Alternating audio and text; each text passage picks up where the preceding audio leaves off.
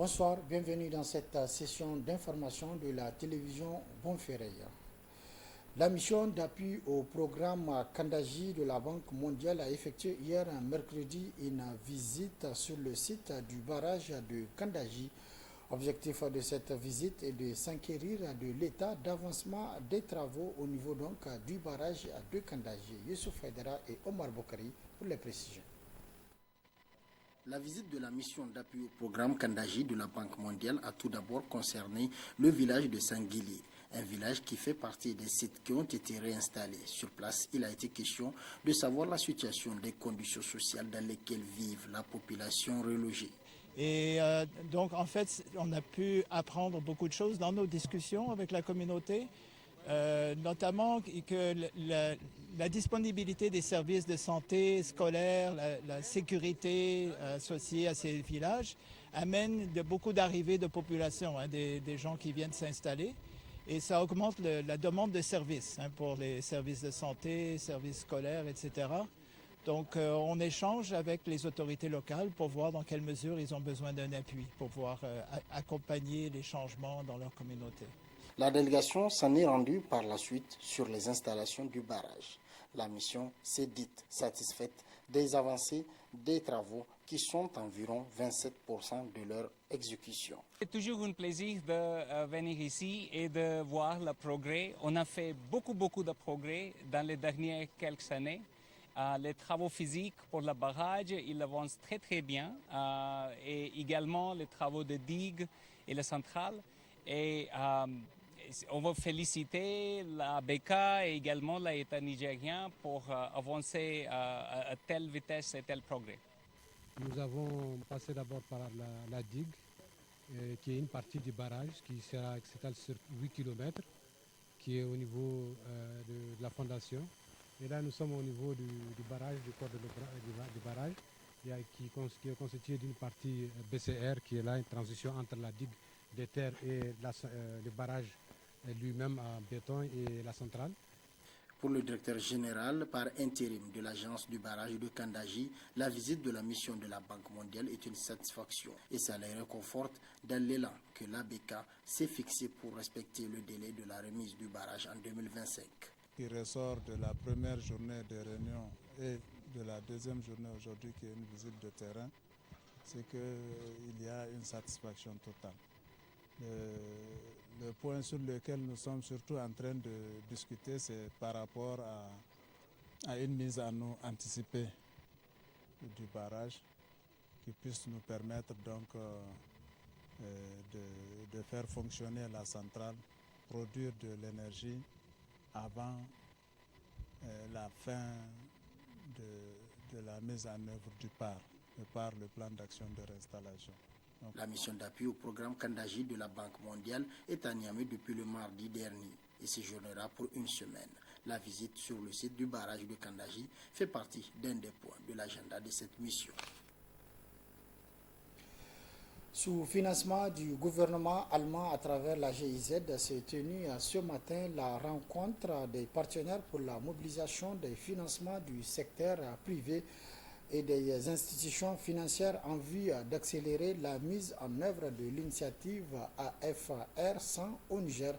C'est le secrétaire général du ministère en charge de l'environnement et de la lutte contre la désertification qui a procédé à l'ouverture de la cérémonie, n'est-ce pas, Hussein Hassoumi et Ibrahim Ousmane.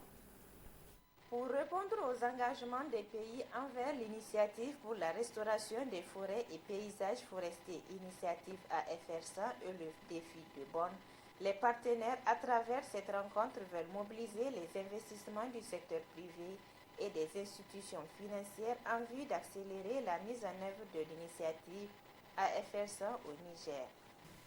Il est important de mobiliser toutes les parties prenantes impliquées dans la restauration des paysages forestiers au Niger afin d'identifier les défis et les contraintes financières à la mise à l'échelle de la restauration des paysages forestiers et d'obtenir leurs différentes perspectives et engagements futurs dans la mobilisation des ressources financières.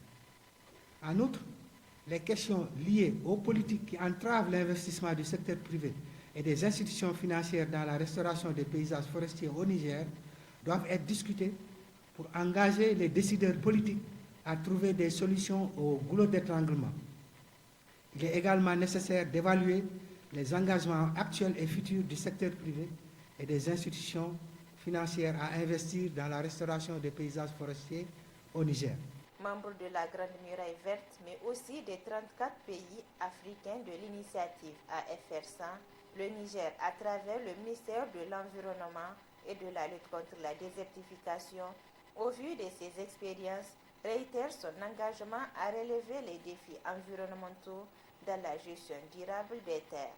L'engagement de notre pays à cette initiative, comme vient de le rappeler M. le coordinateur régional, est de 3 200 000 hectares de terres à restaurer à l'horizon 2030, un engagement officiellement exprimé depuis 2015. Ce qui, vous conviendrez certainement avec moi, nécessite des financements importants. D'où la nécessité de procéder à la mobilisation de toutes les parties prenantes, que ce soit à l'échelle nationale, que ce soit les acteurs internationaux. Pour nous, mobiliser le financement du secteur privé et des institutions n'est pas une option, mais une nécessité. Une nécessité pour pouvoir permettre à notre pays d'honorer son engagement vis-à-vis de la communauté internationale. Prenez alors toutes les fortes attentes que le ministère affiche vis-à-vis de vos travaux dont les résultats seront très utiles en tout cas pour nous. Cette concertation des partenaires axée sur la restauration des forêts et des paysages financés par le GIZ va permettre aux partenaires, au sortir des travaux, de mieux gérer les interactions dynamiques, d'améliorer et maintenir les fonctions écologiques et sociales vitales. Ouverture ce matin à Balayara d'un forum sur le foncier local sur initiative de la commune de Tagazar avec l'appui de la coopération internationale allemande GIZ. C'est le président du conseil régional de Tillabéri qui a présidé l'ouverture des assises et qui dureront 3 jours. Boubacar Amadou et Siraj Maman pour les détails. La problématique du foncier en général et celle de la commune de Tagazar constitue une question de préoccupation majeure qu'il convient de traiter avec la plus grande rigueur compte tenu des frustrations qui peuvent découler de sa mauvaise gestion. C'est pour répondre à cette préoccupation qu'autorités, chefs coutumiers et acteurs du foncier local se retrouvent pour ce forum sur la sécurisation des ressources foncières collectives, privées, suivi du renforcement des capacités des acteurs ruraux de la commune de Tagazar. Les cadres méritent d'être poursuivis autour de tous les dossiers importants du secteur du développement agricole. Ils visent à recueillir nos avis et suggestions permanents sur les programmes prioritaires de la commune afin de convenir des meilleurs moyens de leur bonne gouvernance. C'est pour cela que cette rencontre sera consacrée sur les thématiques les plus préoccupantes en matière de gouvernance et sécurité foncière et de prévention des conflits liés à l'accès aux ressources naturelles. Outre les institutions de la République, cette initiative a bénéficié de l'accompagnement de la coopération internationale allemande qui fait de la question du foncier un élément fondamental pour accélérer le développement à la base, mais également pour garantir la sécurisation des investissements des acteurs ruraux. C'est avec plein plein d'émotions que nous avons accueilli ce besoin de la commune pour aborder les questions liées aux contraintes et difficultés foncières à travers un forum multipartite qui regroupe tout le monde. Et nous sommes vraiment avec vous, la commune de Tagazar, nous sommes avec vous, le département de Tagazar, nous sommes avec vous, la région de Tillabéri, dans le domaine de la mise en œuvre des activités en lien avec la sécurisation foncière. Conscient que la terre est au centre de la vie de l'homme et que toute entrave à l'accès au foncier pourrait être ressentie comme une cause majeure de conflit et d'instabilité sociale et politique, le premier responsable du département de Balayara et du conseil régional de Tillabéri, situe toute l'importance de ce forum. Nous nous réjouissons que la tenue de ce forum permette de regrouper tous les acteurs clés du secteur aux côtés de la commune et les services techniques centraux, régionaux, départementaux et communaux. Cela crée et facilite sans nul doute les conditions de la mise en œuvre de la politique foncière rurale adoptée par le gouvernement en 2021. La région de Tillabéri et la commune rurale de Tagazar prédisposées aux défis et enjeux en raison non seulement de sa proximité avec la capitale, mais aussi de la richesse de ces terres, subit de plein fouet cette dynamique d'appropriation accélérée des terres par les citadins et autres spéculateurs au détriment de la masse paysanne qui n'a pas suffisamment compris le péril que tout cela constituera aux générations à venir. Durant 3 jours, les participants constitués des représentants des institutions étatiques, des autorités locales, les chefs coutumiers, les partenaires techniques et financiers intervenant dans le domaine du foncier et les acteurs locaux vont échanger sur l'état d'avancement de la mise en œuvre du processus du foncier dans la commune de Tagazar. Cérémonie de sortie des étudiants de la 6e promotion du Master en pastoralisme ce matin au niveau du centre Agrimet de Niamey, initié par le centre Agrimet avec le soutien de ses partenaires qui sont entre autres la Banque mondiale, la CEDEAO et l'IMOA. Cette cérémonie consacre la mise à disposition des ressources humaines qualifiées au service du pastoralisme en Afrique de l'Ouest et dans les États du Silsa. Sidikou Harouna et Ablaziz Jibrilla. Ils sont 21 étudiants, toutes catégories confondues, à recevoir leur parchemin de master en pastoralisme, et ce au terme de 2 années bien remplies de formation au centre Agrimet de Niamey. La présente cérémonie, qui consacre donc leur sortie, a donné lieu à plusieurs adresses venant d'abord du corps de l'encadrement et ensuite des étudiants eux-mêmes, soit pour apprécier la qualité de la formation ou pour apprécier les conditions de vie et de formation qui restent à être améliorées. Il est important de souligner que le séjour ne s'est pas passé sans difficulté et nous pouvons en citer quelques-unes. Un planning chargé de cours avec un temps très limité pour les travaux pratiques. La cherté de vie inadéquate avec les moyens de subsistance mis à notre disposition, des conditions hygiéniques insuffisantes au niveau de la cité, l'absence d'une restauration au niveau de la cité. La présente cérémonie a été également l'occasion pour les représentants du PRAPS et même pour le premier responsable du centre de prodiguer des sages conseils aux récipiendaires dans le sens où ils vont aborder une nouvelle vie qui désormais s'ouvre devant eux. Au regard de ces constats, les esprits avertis se doivent construire leur avenir sur des bases nouvelles en tenant compte de ces réalités. Chers jeunes promis, vous avez la capacité de transformer nos pays en un Eldorado du pastoralisme et d'influer de manière positive sur les efforts à venir pour le développement de celui-ci. Vous avez donc une double responsabilité et vos succès seront aussi ceux du centre et de ses partenaires qui ont cru en la formation comme un moyen de développement de notre continent. Je vous exhorte donc à toujours avoir présent à l'esprit la satisfaction d'une mission bien accomplie pour soulager la souffrance des populations sahéliennes et ouest-africaines. Une autre adresse pleine de recommandations, celle du premier responsable du SILS, qui a tenu spécialement à rehausser de sa présence l'éclat de cette cérémonie, montrant au passage l'importance que revêt la formation aux États du SILS. Et donc vous devez me répondre à ces questions. Comment sortir de la récurrence de la soudure pastorale? C'est un sujet très important. Hein?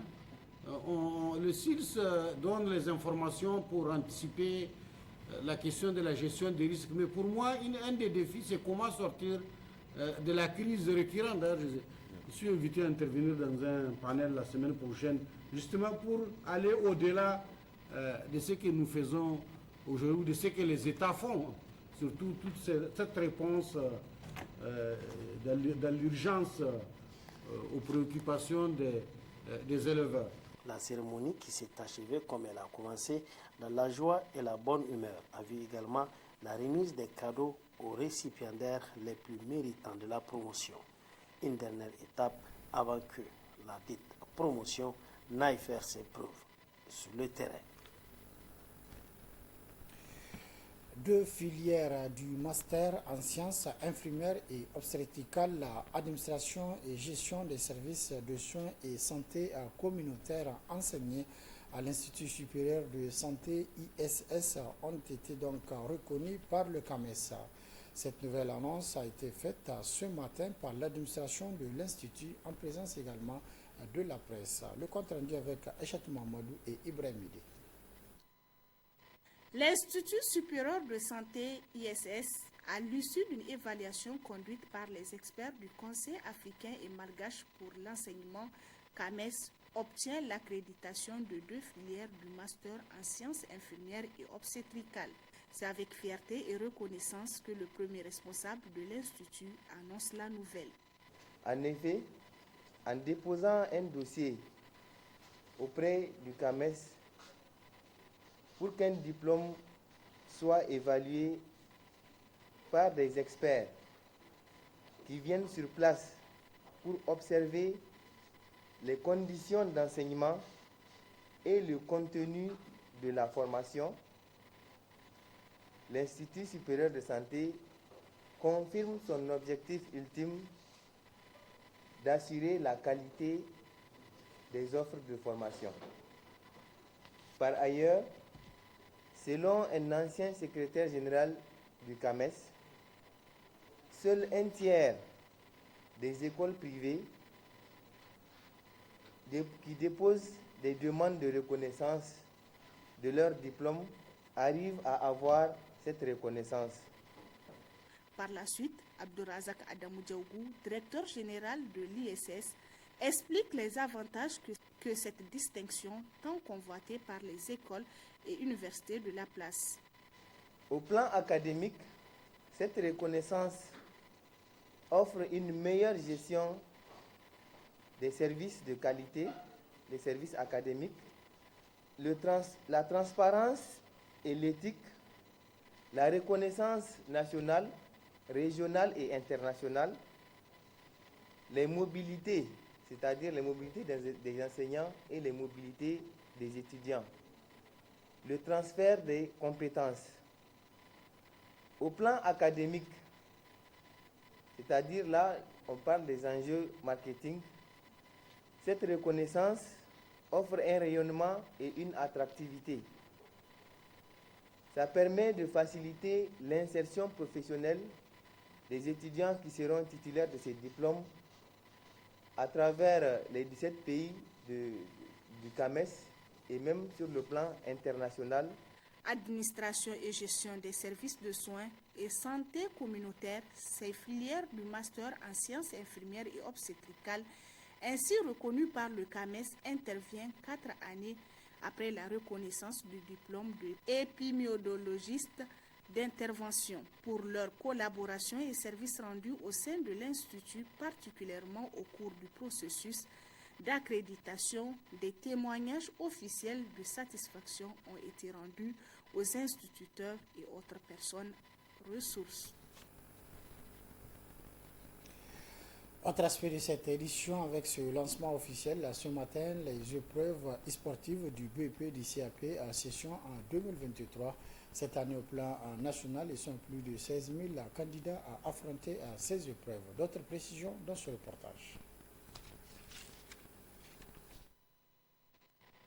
C'est un retard qui a été accusé dans le démarrage du lancement officiel des épreuves sportives du CAP et du BEP, session 2023. Après le lancement officiel de cette activité, la secrétaire générale du ministère en charge de l'enseignement professionnel et technique s'est donné le luxe de s'en prendre à la presse tout en montrant sa mauvaise foi et sa haine contre les médias sur les lieux de l'événement. Après toute cette étape, elle s'est prononcée en ces termes. Les examens ont démarré dans de très bonnes conditions. Aucune difficulté ne nous a été relevée et nous n'en avons constaté aucune. Alors nous avons au total, mon directeur, 16 700 candidats pour les 2 examens, parce que ces 2 examens que nous lançons aujourd'hui au niveau des épreuves sportives, c'est le brevet d'études professionnelles, le BEP, et le CAP, le certificat d'aptitude professionnelle. Et nous avons donc 9070 candidats pour le BEP et 7204 candidats pour le CAP. En gros, nous avons, et ça nous faisons une forte attention à la représentativité des filles et des femmes de profession de genre. Nous avons sensiblement 41,25 pour le filles pour le BEP et 42 sont deux. Donc sensiblement, en fait, la même proportion pour le CAP et le BEP en termes de représentativité des filles. Cet acte ainsi posé par la secrétaire générale du ministère en charge de l'enseignement professionnel et technique montre désormais l'amateurisme dans le sous-secteur de l'enseignement professionnel et technique et qui est contraire également à la vision du président de la République à faire du sous-secteur professionnel et technique l'une de ses priorités. Après cette étape sportive, les épreuves écrites sont prévues pour le BEP le 29 mai prochain et le 27 juin prochain pour le CAP. Suite à l'incident qui s'est produit hier au centre lycée technique de Maradi, occasionnant ainsi plusieurs dégâts matériels, le comité exécutif de l'Union des étudiants nigériens, donc école professionnelle UEPTN, a rendu public une déclaration pour dénoncer cet état de fait et exige des meilleures conditions de vie et d'études. Plus de précisions dans ce reportage. Presque tout est parti dans la fumée. L'essentiel des dortoirs des élèves étudiants du lycée technique de Maradi. La cause de cet incendie, l'irruption dans le centre par les forces de l'ordre, occasionnant ainsi tous ces dégâts, selon le comité exécutif de l'UEPTN de Maradi. Cette situation s'est produite sous les regards complices du gouverneur de la région de Maradi, qui se caractérise par son incompétence et son inconséquence notoire à pouvoir instaurer la stabilité académique de la région de Maradi. Sinon, comment comprendre que l'inconséquence du gouverneur de la région de Maradi, sa mauvaise foi manifeste, ainsi que sa haine fiscale contre les scolaires nigériens, lui permettent d'intimer l'ordre aux policiers qui, à leur tour, font usage de leur esprit d'ignorance, de délinquance, de barbares, pour s'introduire au sein du lycée d'Ankasawa, frapper les camarades, incendier les chambres, ainsi que tous les biens matériels, documents, valises, habits et nourriture. Le CEUEPTN de Maradi exige également des meilleures conditions de vie et d'études. Exige la dotation urgente des matières d'œuvre et la dotation des centres et collèges de formation technique et professionnelle en appareils modernes des dernières générations pour une formation de qualité. Exige la dotation des tables bancs en quantité suffisante dans les différents centres et collèges de l'enseignement professionnel et technique. Le comité exécutif de l'Union des étudiants et écoles professionnelles et techniques de Maradi s'indigne et fustige la situation préoccupante dans laquelle l'administration et les enseignants du LTDK cherchent à plonger les militants et militantes de l'EPTM inscrits dans cet établissement à travers des mesures draconiennes qui consistent à attribuer une conduite de 5 sur 10, 5 sur 20 à tous les membres du CE du LTDK. Les scolaires de la région de Maradi, à travers leur organisation syndicale, entendent poursuivre cette affaire devant les juridictions compétentes et décident par la même occasion de passer à d'autres méthodes de lutte plus stratégiques dans les jours à venir. C'est la fin de cette édition. Merci de l'avoir suivi à toutes et à tous. Prochain rendez-vous de la rédaction demain, Inch'Allah, à partir de 12h30. Très bonne réception. Au revoir.